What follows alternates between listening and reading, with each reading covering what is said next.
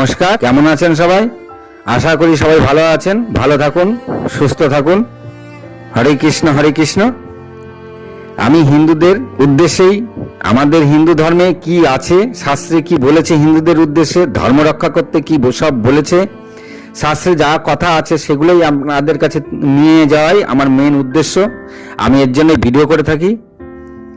আমাদের হিন্দুরা আমাদের হিন্দু শাস্ত্র সম্বন্ধে বিশেষ কোনো কিছুই জ্ঞান রাখে না সেমন একটা। কারণ পুজো যেটা করার সেটা পুজো করার কথা পুজো করে, মানে পুজোর সময় সাজুগুজু করে বেড়ায়, অ্যাকচুয়ালি পুজো করার কথা পুজো করে। আবার অনেক সময় অনেক প্রোগ্রামও চলে। অ্যাকচুয়ালি আমাদের পুজো সম্বন্ধে যেসব কথা বলা হয়েছে, বিশেষ করে পুজোর দিনগুলোতে আমরা মাছ মাংস খাই। আমাদের হিন্দুদের আমি এই কথাটা বলতে চাই যে পুজোর দিনে আমরা মাছ মাংস খাই, কিন্তু মাছ মাংস পুজোর দিনে তো খাওয়া একেবারেই বারণ শাস্ত্রে। মাছ মাংস পুজোর দিনে খাওয়া একেবারেই বারণ, কারণ পুজো মানে হচ্ছে সেদিন নিরামিষ। ভগবানের উদ্দেশ্যে আপনাকে সেদিন খাদ্য খাবার খেতে হবে। ভগবানকে আপনি না দিন, কিন্তু ভগবানের যেহেতু পুজো, তাই ভগবানের উদ্দেশ্য করে আপনাকে সেদিন নিরামিষ খাওয়া উচিত। কিন্তু আমরা সেটা মোটেই করি না। আমরা বরং যেদিন যেদিন পুজো বা ফেস্টিভ্যালের দিন সেগুলো আমরা মাছ মাংস এনে খাই। অ্যাকচুয়ালি শাস্ত্রে এতে এইসব কোনো কিছু লেখাই নেই। এইগুলো কখন কোথা থেকে এলো সেগুলো আমি ছোট ছোট ভিডিওর মাধ্যমে আপনাদের দিয়ে যাব। চলুন, আজকে আমি আপনাদের কাছে নিয়ে এসেছি যে রাম তার পিতার পিণ্ডদান কেন করেনি। রাম কিন্তু তার পিতার পিণ্ডদান করেনি। কে করেছিল? রামের দশরথের পিণ্ডদান মা সীতা করেছিল। দশরথের পিণ্ডদান কি দিয়ে করেছিল? বালি দিয়ে করেছিল। হরে কৃষ্ণ। চলুন শুরু করি। একসময় দশরথ ও জটায়ু ভীষণ বন্ধুত্ব ছিল, কারণ অনেক যুদ্ধে তারা দুইজনে একসাথে যুদ্ধ করেছিল এবং সেই সব যুদ্ধে বিজয় লাভও করেছিল। সেই থেকে দুজনের মধ্যে ভালো রকম বন্ধুত্ব হয়ে যায়।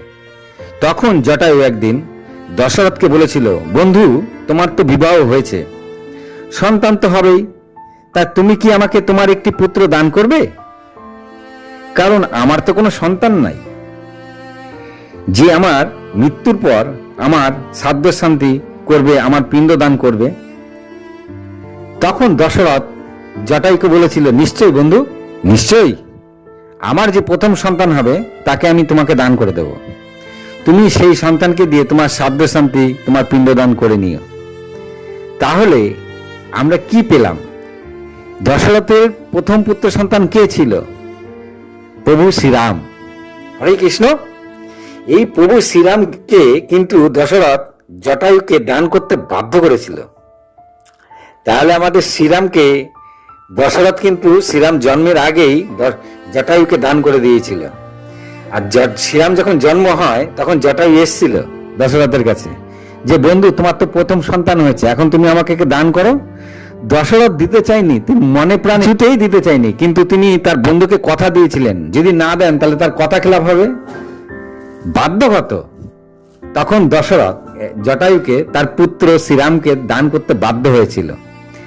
কিন্তু শ্রীরাম এত কান্নাকাটি করছিল, একদম ছোট্ট, তখন তিনি জন্ম নিয়েছেন আমাদের প্রভু শ্রীরাম, তা এত কান্নাকাটি করছিল। তখন জটায়ু আবার শ্রীরামকে দশরথকে দিয়ে দেয়, বলে, এই পুত্র এত কান্নাকাটি করছে, একে আমি রাখতে পারবো না, একে তুমি রেখে দাও, যখন ও বড় হবে তখন তুমি তাকে জানিয়ে দিও যে আমার পিণ্ডদানটা যেন সে করে দেয়।